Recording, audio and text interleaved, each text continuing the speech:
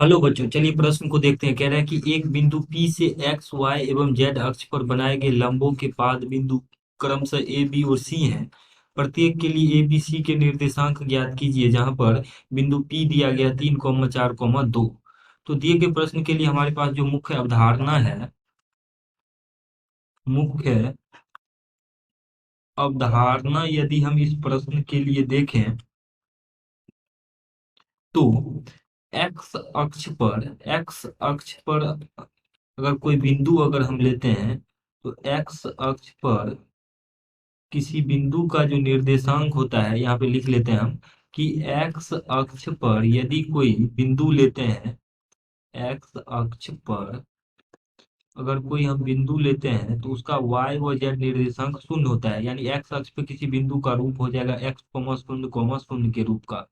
ठीक उसी प्रकार से वाई अक्ष पर कोई बिंदु लेते हैं तो उस पे जेड और एक्स निर्देशांक शून्य होता दिया जाता है 0,y,0। और जेड अक्ष पर अगर कोई बिंदु लेंगे तो जेड अक्ष पर किसी बिंदु का रूप हो जाएगा एक्स और वाई निर्देशांक शून्य होगा और जेड निर्देशांक को हम जेड मान लेते हैं।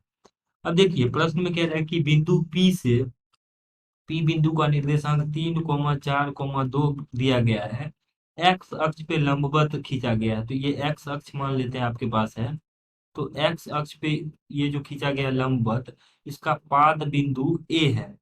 तो चूंकि यह बिंदु P से एक्स अक्ष पे लंबवत है, तो जितना एक्स का निर्देशांक होगा वही बिंदु, मतलब P बिंदु का जो एक्स निर्देशांक होगा वही निर्देशांक ए बिंदु का एक्स होगा, एक्स निर्देशांक भी सेम ही होगा। तो 3 और वाई और जेड निर्देशांक चूंकि हम जानते हैं कि एक्स अक्ष पे शून्य होता है, तो बिंदु ए का निर्देशांक आ जाएगा 3,0,0,0।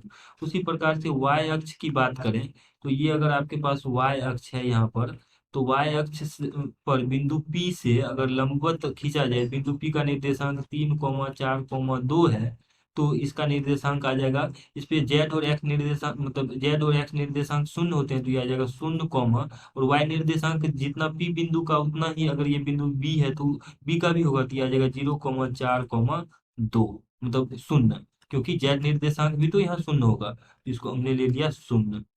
ठीक उसी प्रकार से अगर ये आपके पास अगर जेड अक्ष है, तो जेड अक्ष पर इसी बिंदु P से अगर लंबवत खींचा जाए, बिंदु P का निर्देशांक 3,4,2 है। अगर ये बिंदु C है तो C बिंदु का एक्स और वाई निर्देशांक तो शून्य होगा, तो शून्य कोमा शून्य कोमा, और जेड निर्देशांक P बिंदु के निर्देशांक जेड निर्देशांक के ही बराबर होगा, अर्थात 2 आ जाएगा। इस तरीके से हमने देखा कि बिंदु ए बी और सी का निर्देशांक है वो है, बिंदु ए का निर्देशांक आ रहा है 3,0,0,0। बिंदु बी का निर्देशांक हमारे पास आ रहा है 0,4,0। और सी बिंदु का भी हमें निर्देशांक ज्ञात करना था। तो यहाँ पर अगर देखें तो हमारे पास जो सी बिंदु आ रहा है, सी बिंदु का निर्देशांक आ जाएगा 0,0,2 के बराबर। और यही दिए गए प्रश्न में हमें निकालना था।